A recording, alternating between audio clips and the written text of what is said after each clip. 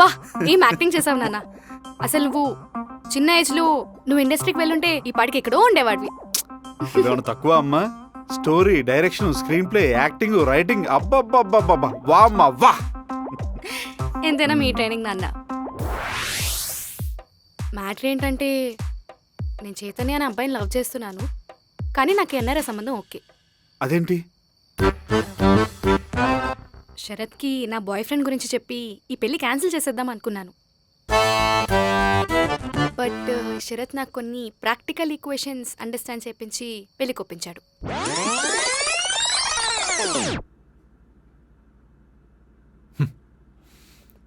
Okay listen, first thing నువ్వు నాకు చూడగానే నచ్చావు. నెక్స్ట్ నీ ఆనెస్టీ నచ్చింది.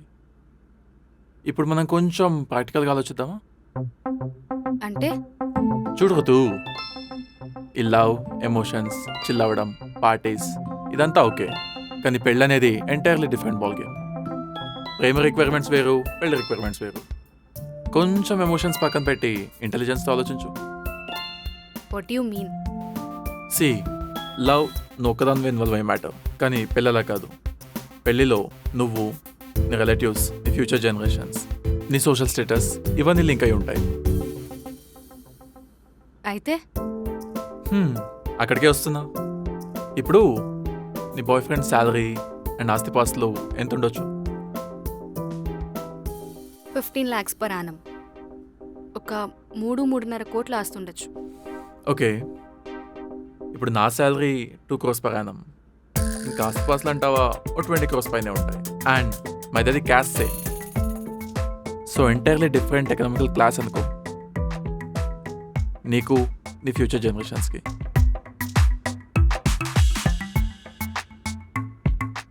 సి, ఒకవేళ ఇలాంటి ఆఫర్ మీ బాయ్ ఫ్రెండ్కి వచ్చి వాడు ఓకే చెప్పి అక్కడ అమ్మాయికి ఎస్ అని హ్యాండ్ ఇచ్చి నీ దగ్గరకు వచ్చి నో చెప్పి హ్యాండ్ ఇస్తే నువ్వు ఏడుస్తూ కూర్చోవాలి.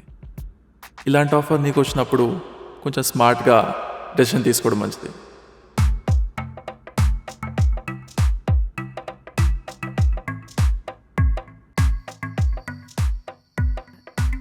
నాన్న నాన్న ఆ, మరి ఇప్పుడు ఏం చేద్దాం? ఏం చేద్దామంటే సడన్గా నాకు ఎన్ఆర్ఐ సంబంధం వచ్చింది, లెట్స్ బ్రేకప్ అంటే he'll hate me. Life long నేను ఆ గిల్ట్ తీసుకోలేను. So so I have an idea. ఏంటది? మీరు తనని కలవండి, తనని కలిసి కొన్ని డీప్ క్వశ్చన్లు అడగండి, ఆ తర్వాత నచ్చలేదని చెప్పి రిజెక్ట్ చేసేయండి. నేను మా నాన్నకు నచ్చలేదు కదా, నేను పెళ్లి చేసుకోలేను అని నేను చెక్క ఎన్ఆర్ఐ సంబంధం చేసుకుంటాను. ఈ ప్రపంచంలో ఏ కూతురు ఇలాంటి ప్లాన్ వేసి ఉండదు, ఏ తండ్రి కూడా ఇలాంటి ప్లాన్ విని ఉండడు. జనరల్గా ఇలాంటి అడ్వైస్లు, బ్రెయిన్ వాష్లు చేసేది పేరెంట్స్ కదా. అంటే ఇది మోడర్న్ వెల్ కదా, ఇక్కడ అన్నీ మారిపోయి ఉంటాయి. సో ఇది కూడా అలానే మారిపోయింది అనుకో. నువ్వు చెప్పింది నిజమేలే. ఇంతకుమించి నేను మాత్రం ఏం చేయగలను? నాకు కావాల్సింది నువ్వు హ్యాపీగా ఉండడం రా. సరే, అలాగే చేద్దాం. ఇలాంటి సిచ్యువేషన్స్లో సాధారణంగా పేరెంట్స్ విడగొడతారు. బట్ థ్యాంక్ యూ రా, నువ్వు ప్రాక్టికల్గా ఆలోచించి నాకు ఈ పని తప్పించావు. ఇదిగో ఈ ఎన్ఆర్ఐ అల్లుడు ఫోన్ చేస్తున్నాడు. చెప్పండి బాబు. Hello uncle, hi. Actually I'm so sorry. యుఎస్లో నా ఎక్స్ మ్యారేజ్కి ఓకే చేసింది. మ్యారేజ్ చేసుకుంటే నా green card confirm. As a practical man I can't lose this opportunity. Hope you understand. ఎలాగైనా విషయం మీరే ఋతుక్ కన్వే చేయండి. Okay uncle, take care, bye.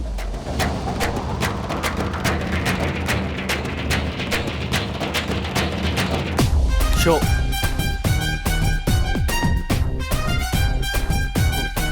మళ్ళీ కొట్టావా? సిగరెట్ ఇవ్వు.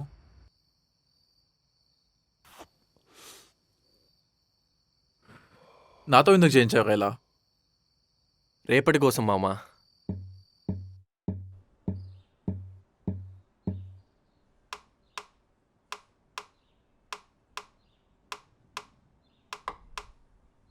ఏంటంత నర్వస్గా ఉన్నావు? ఫస్ట్ టైం పెళ్లి చూపులా? యా. చూడంగానే తెలుస్తుంది. నీకు? ఆహా లేదు, ఇంతకు ముందు కొన్ని అయ్యాయి. బేసిక్గా యుఎస్లో సెటిల్ అయిన అబ్బాయి, సేమ్ కాస్ట్, ఇంకా డీసెంట్ బ్యాక్గ్రౌండ్ కోసం వెతికాం. అయితే మీకు ఈ పెళ్లి చూపులు ఇష్టమే అనమాట. హా, అందుకే కదా మ్యాటర్ ఇంత దూరం వచ్చింది. ఏ నీకు ఇష్టం లేదా? Yeah, kind of. పెళ్ళి నాతో ఇష్టం లేదా, పెళ్ళే ఇష్టం లేదా? ఆహా, అంటే ఇప్పుడు ఇష్టం లేదు. Actually I have a girl friend. I know, పేరు ఋతు కదా? మీకెలా తెలుసు? కామన్. ఈ మధ్య ఆ మాత్రం బ్యాక్గ్రౌండ్ వెరిఫికేషన్ లేకుండా ఎవరు మాత్రం ప్రొసీడ్ అవుతున్నారు చెప్పు? కరెక్టే. మరి తెలుసు కూడా ఎందుకు ఇదంతా? అదొక్కటి కాకుండా మిగతాదంతా clean background. Let it be from your sports, your academics, habits and character అన్నీ బాగున్నాయి. అందుకే ఒకసారి కలిసాక రిలేషన్షిప్ గురించి తెలుసుకొని డిసైడ్ అవుదామని చెప్పి ఆగా. బట్ యాజ్ ఎ కపుల్ మేము చాలా బాగున్నాం. If everything goes as expected పెళ్లి కూడా చేసుకుందాం అనుకుంటున్నాం. Cool, I appreciate that. కానీ ఒకసారి నేను చెప్పేది కూడా విను, దాని తర్వాత డిసైడ్ చేసుకో. ఇప్పుడు మనం కొంచెం ప్రాక్టికల్గా మాట్లాడుకుందాం. అంటే చూడు చేతు, ఈ లవ్, రిలేషన్షిప్స్, కలిసి తిరగడాలు, పార్టీస్ ఇవన్నీ ఫైన్. బట్ పెళ్లి దగ్గరికి వచ్చేసరికల్లా it's a complete different ball game. ప్రేమ రిక్వైర్మెంట్స్ వేరు, పెళ్లి రిక్వైర్మెంట్స్ వేరు. కొంచెం సేపు ఎమోషన్స్ పక్కన పెట్టి ఇంటెలిజెన్స్తో ఆలోచించు. What do you mean? See, love అనేది నువ్వు ఒక్కడవే ఇన్వాల్వ్ అయ్యే మ్యాటర్. అదే పెళ్ళి నువ్వు, నీ ఫ్యామిలీ, నీ ఫ్యూచర్ జనరేషన్స్, నీ రిలేటివ్స్ వీళ్ళందరూ లింక్ అయి ఉంటారు. అయితే అక్కడికే వస్తున్నా. ఇప్పుడు నీ గర్ల్ ఫ్రెండ్ శాలరీ ఇంకా ఆస్తిపాస్తులు ఎంత ఉంటాయి? 10 lakhs per annum. ఆస్తులు ఒక 4 to 5 crores వరకు ఉండొచ్చు. హా, ఇప్పుడు నా శాలరీ వచ్చేసి 2 crores per annum. అండ్ ఆస్తిపాస్తులంతా 20 crores పైగా ఉంటాయి. రేపు వాళ్ళ ఇంట్లో పెళ్లి కొప్పుకోలేదనుకో, నీకు ఆస్తి వస్తుందో లేదో కూడా తెలీదు. కానీ మనిద్దరం same caste, complete different economical class. నీ ఫ్యూచర్ జనరేషన్స్కి ఒక్కసారి ఆలోచించు. సి, ఇలాంటి ఆఫర్ నీ గర్ల్ ఫ్రెండ్కి వచ్చిందనుకో, అక్కడ ఆ అబ్బాయికి ఎస్ అని చెప్పి హ్యాండ్ ఇచ్చి నీకిక్కడ నో అని చెప్పి హ్యాండ్ ఇస్తే నువ్వు ఏడుస్తూ కూర్చుంటావు. అందుకే ఇలాంటి డెసిషన్స్ తీసుకున్నప్పుడు స్మార్ట్గా ఆలోచించి తీసుకో. Just think about it. నాకు కొంచెం టైం కావాలి. ఓకే, ఆలోచించుకొని చెప్పు. సి, ఇలాంటి ఆఫర్ నీ గర్ల్ ఫ్రెండ్కి వచ్చిందనుకో, అక్కడ ఆ అబ్బాయికి ఎస్ అని చెప్పి హ్యాండ్ ఇచ్చి నీకిక్కడ నో అని చెప్పి హ్యాండ్ ఇస్తే నువ్వు ఏడుస్తూ కూర్చుంటావు. అందుకే ఇలాంటి డెసిషన్స్ తీసుకున్నప్పుడు స్మార్ట్గా ఆలోచించి తీసుకో. బూమ్. రే శరత్, నువ్వేంట్రా ఇక్కడ? అందరి మొహంలో ఎక్స్ప్రెషన్ చూద్దామనే సర్ప్రైజ్ ప్లాన్ చేశాను. అసలు నువ్వు ఇండియా వస్తావు అనుకోలేదు, వచ్చినా మన 10th class బ్యాచ్ అసలు కలుస్తావు అనుకోలేదు మామ. ఎలాగో వచ్చాను కదా, ఎవరెవరు ఉన్నారు హైదరాబాద్లో అని చూస్తే నువ్వు తగిలావు, సో వచ్చేసాను. అవునేంటి మరి, ఫారెన్ సర్కి తీసుకొచ్చావా లేదా? రే, యూఎస్ నుంచి ఇండియాకి వస్తే ఎలా ఉన్నావు, బాగున్నావా, అంతా బాగేనా, ఇదంతా కాకుండా సరుకు తీసుకొచ్చావా, మ్యాండేటరీకేషన్ కదా. నువ్వు మళ్ళీ యూఎస్ వెళ్ళే వరకు అందరూ ఏం చేస్తున్నావు, ఎలా ఉన్నావు, బాగున్నావా లేదా, ఇవే క్వశ్చన్స్ కదరా అడిగేది. ఇంక ఫ్రెండ్స్ కూడా అదే అడిగితే ఏం తేడా ఉంటుంది చెప్పు? బాగా మాటలు నేర్చావా? అక్కడ ఏమొస్తే బతకొచ్చో లేదో నాకు తెలియదు, కానీ ఇండియాలో మాత్రం ఇది చాలా ఇంపార్టెంట్ స్కిల్ రా, ఏం చేయలేం. రేయ్, చాలా డేస్ అయింది ఇండియన్ సరుకు టేస్ట్ చేసి, వెళ్దామా? నువ్వు పద ఫస్ట్, నీకు నాటు సరికంటే ఏంటో చూపిస్తా.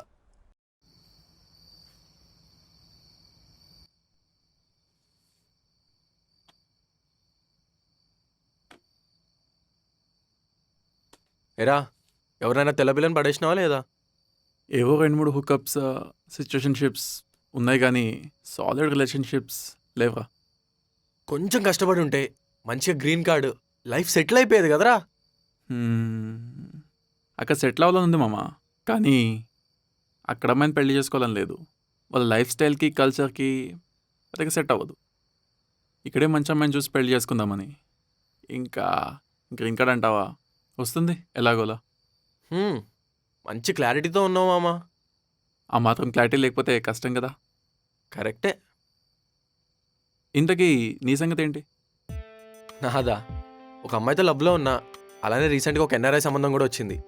అది కూడా ఇంట్రెస్టింగ్ ఉంది, సో కన్ఫ్యూజన్లో ఉన్నా. ఏంటి, ఆ అమ్మాయి ఈ అమ్మాయినా? కొంచెం అలాంటిదే అనుకో. అందుకే ఇలాంటి డెసిషన్స్ తీసుకున్నప్పుడు స్మార్ట్గా ఆలోచించి తీసుకో. మామా, నా ప్రాబ్లం సొల్యూషన్ వచ్చే ఒక ఐడియా ఉందిరా. దానికి నీ హెల్ప్ కావాలి మామా. నా హెల్పా? హా,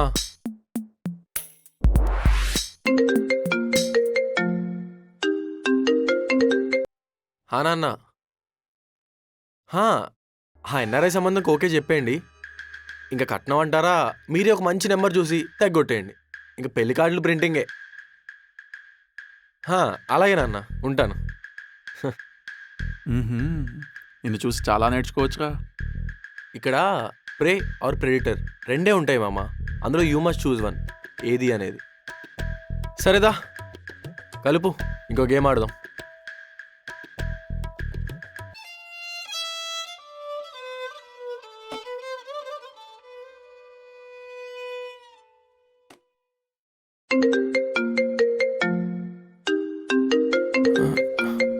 ఇదేంటి ఇప్పుడు ఫోన్ చేస్తుంది?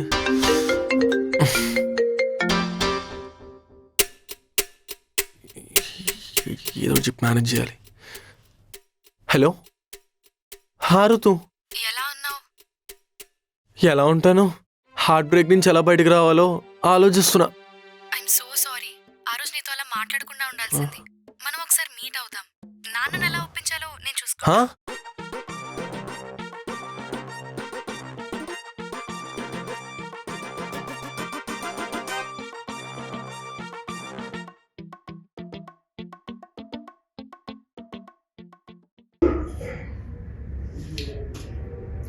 అమ్మయ్య, ఈ పని అయిపోయింది.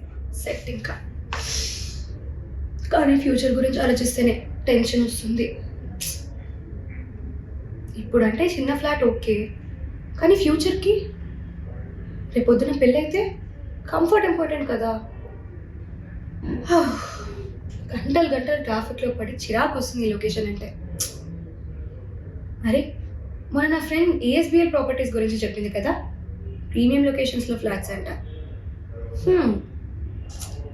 పీస్ఫుల్ లివింగ్కి పర్ఫెక్ట్ అంట. ఒకసారి దాని గురించి చెక్ చేద్దాం. Wow, just look at this. Flats అన్ని చాలా స్పేషియస్గా ఉన్నాయి. అండ్ బాల్కనీ, పెద్ద బాల్కనీ. అలా ఉండడంలోనే ఒక లగ్జీరియస్ ఫీల్ ఉంది. కాఫీ తాగుతుంటే ఈవినింగ్ వ్యూ ఎంజాయ్ చేయొచ్చు, ప్లాన్స్ పెట్టుకోవచ్చు, ఎంచక్క కబుర్లు చెప్పుకోవచ్చు. పర్ఫెక్ట్ కదా. డీటెయిల్స్ని ఇప్పుడే చెక్ చేయాలి. ఫ్యూచర్కి సేఫ్ ఇన్వెస్ట్మెంట్ చేయాలి అంటే ఏఎస్బిఎల్ ప్రాపర్టీస్ని తప్పకుండా కన్సిడర్ చేయాలి. ఇలా మనందరికీ సూట్ అయ్యే ఒక ప్రాజెక్ట్ గురించి తెలుసుకోవాలనుకుంటే మీరు ఏఎస్బిఎల్ ప్రాపర్టీస్ పేజ్ని తప్పకుండా ఫాలో అవ్వాలి. కింద డిస్క్రిప్షన్లో లింక్ ఉంది, వెళ్ళి వాళ్ళ పేజ్ని ఫాలో అవ్వండి. అండ్ అప్డేట్స్ అసలు మిస్ అవ్వకండి.